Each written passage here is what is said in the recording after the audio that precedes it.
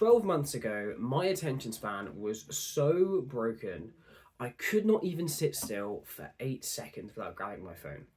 There was a game that I used to play on my Xbox, and every time I died, which was quite a lot because I wasn't very good, I would have to obviously respawn. 8 second respawn time.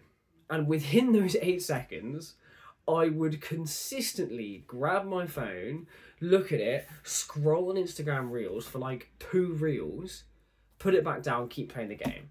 And this cycle would continue for hours and hours on end. Just think about that for a second. Think about how incredibly sad that actually is. Like, there are surgeons who can do like 12-hour surgeries. There are chess players who can sit there and concentrate for 6 hours at a time. I could not sit still for 8 seconds with my own thoughts, and I was already overstimulated playing a different video game. That is absolutely crazy to me now because over the last 12 months, I completely changed everything. And in this video, I want to explain the process I went through over the last 12 months to completely change my attention span the way it has. Oh, no, that was shit as well. And in this video, I want to explain the exact process and the exact things I did over the last 12 months to improve my attention span to that degree so you can share the same benefits that I did. Now, I don't want to waste your time, so the number one thing that you can do to improve your attention span is stop scrolling on short form instant access media like Instagram, TikTok, Reddit, and YouTube Shorts. And I'm willing to bet there are quite a few people out there who knew this was coming. Everybody knows it's bad for their attention span, but if you take one thing away from this video and you listen to nothing else that I have to say, please let it be this, because simply reducing, or even better, stopping the amount of this short form instant access media will completely transform your attention span in so many ways. Because this stuff is actually so bad for your brain and so bad for your dopamine and attention span. There are no amount of good habits, which we will get onto later in this video, that can outweigh that. You know, removing this will take you back to a baseline level of just having decent attention span, which compared to everybody else is probably really good. Now, there are two main reasons that short form instant access media is bad for your attention span. Firstly, it rewires your brain to be really good at focusing on things for a very short amount of time. But this also means your brain is not very good at focusing on things for a longer amount of time. Now, your brain adapts to whatever you feed it and whatever it consumes. And when you're feeding it short form instant access media, it will rewire it to just be really bad at concentrating things for a long period of time. So that means when you sit down to read a book or try and listen to someone or have a conversation with someone, you will find your brain switching and thinking about other things, thinking about where your feet are, where your hands are, and you just won't be able to stay present in that moment. Secondly, it hijacks your dopamine reward system. So every single time you see a new post, the dopamine receptors in your brain are like firing. And if you don't know what dopamine is, it's essentially the good chemical. When dopamine is released in your brain, that means continue doing that thing. So when dopamine is released in response to short form instant access content, it reinforces that habit within your brain. Now, this means that other things, like, again, reading, paying attention to someone else, simply can't compare to the levels of dopamine that scrolling provides. Therefore, it will be so much harder to do really anything else, because your baseline level of dopamine is up here. Because you're firing, it goes up and then it goes back down, goes up and it goes back down. So that means your average dopamine is so much higher. So the things that don't provide nearly as much dopamine are way down here, and they are just so much harder to do. Now, that's all well and good. And I'm willing to bet that a lot of people probably already know that scrolling is actually really bad for them. Maybe you don't know the specifics, but most people are aware that they probably should stop. But how do you actually stop doing it? And over the last 12 months, there were 3 things that I did that really helped me stop anything like Instagram and TikTok. Firstly, I turned off my notifications. Now, over the last 12 months, I've graduated uni, I've lived quite a busy life. I've had to get a job, I've done all that.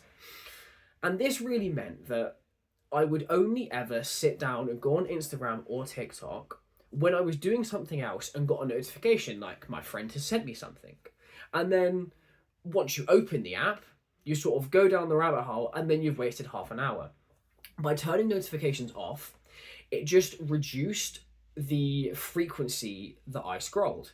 And I only really did it in times where I was doing quite literally nothing else. When I got home and I had nothing to do. When I'm sitting on the train or when I'm in the airport, when I literally have nothing else to do. So if you live quite a busy life, it's really helpful just to turn off your notifications because then you can just forget about it.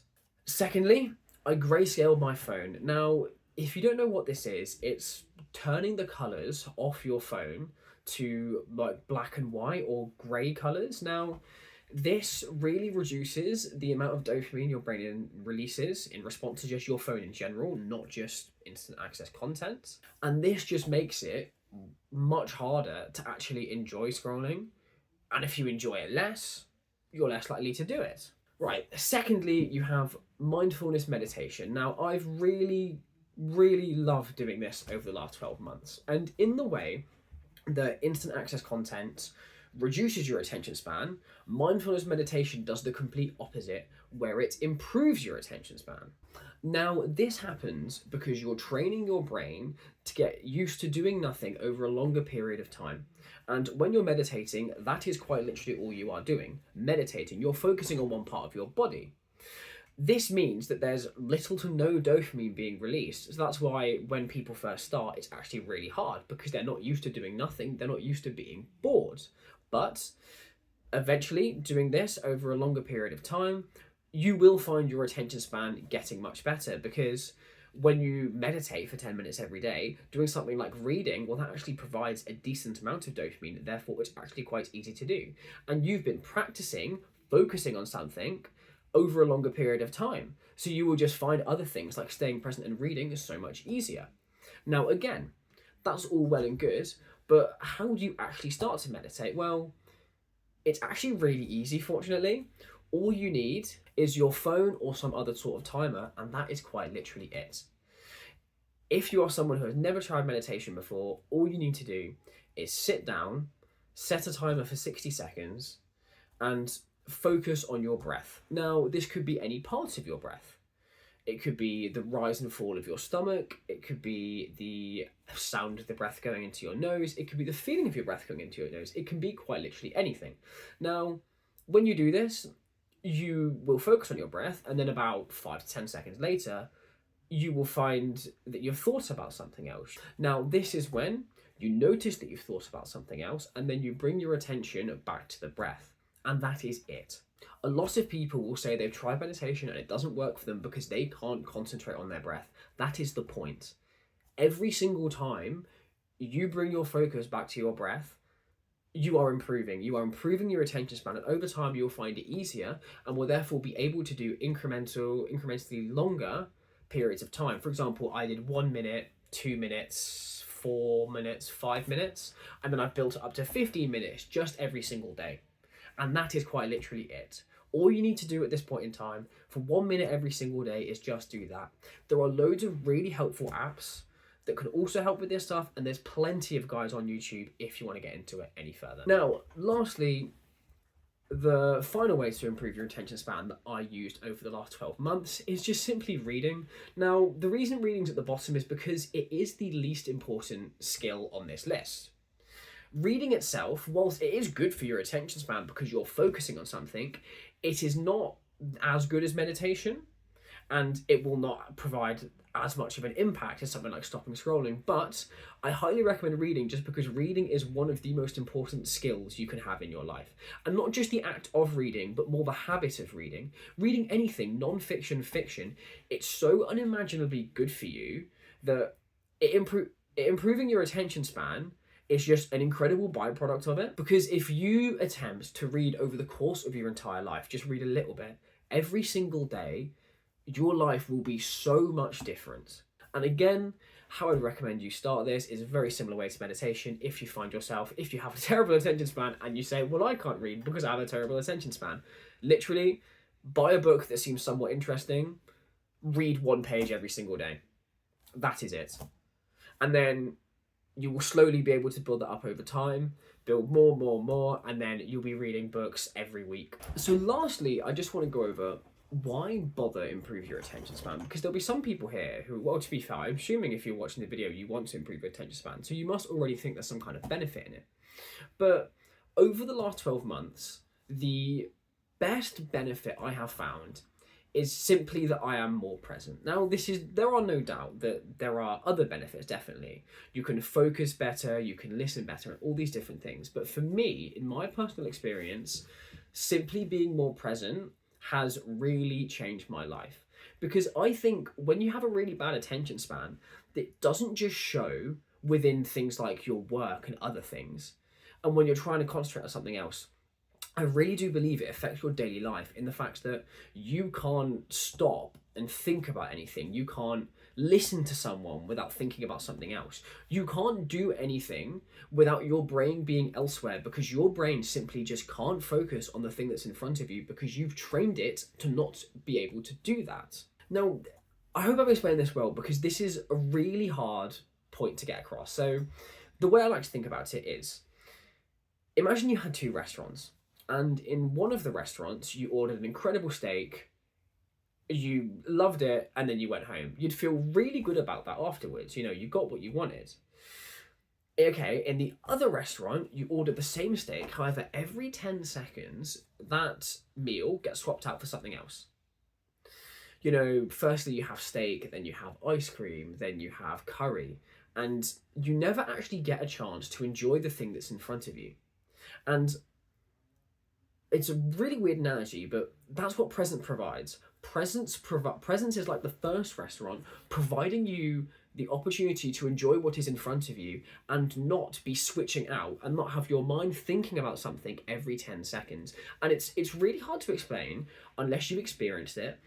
But just being present, like the smallest things, like when I'm walking to the shops and I'm listening to the birds, I'm listening to the cars go past, I can hear dogs barking. It's just a really nice, wholesome experience. It just, being more present just improves your life quality, because you're not constantly thinking about other things. You're not, I like to say, you're not thinking your life away.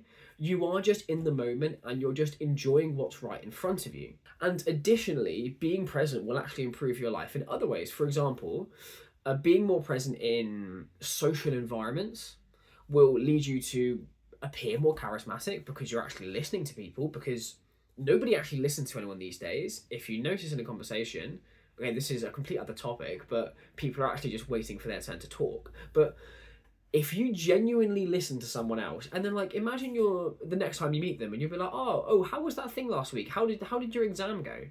They're gonna like you so much more because you were present in their conversation and you actually listened to them. And presence really is something that other people can subconsciously pick up on. So it's such an important skill to have. And for me, as I've said so many times, just improving my attention span improved my presence so much more. It was completely life changing. Now, I really hope you've got some value out of this video. Again, improving your attention span is one of the best decisions you can ever make. I've talked about presence a lot in this video, but it will quite literally make every single aspect of your life better. This is one of the best things you can invest in right now. So I really hope you've enjoyed this video, and if it's helped you at all, leave a comment down below. And yeah, I'll see you in the next one.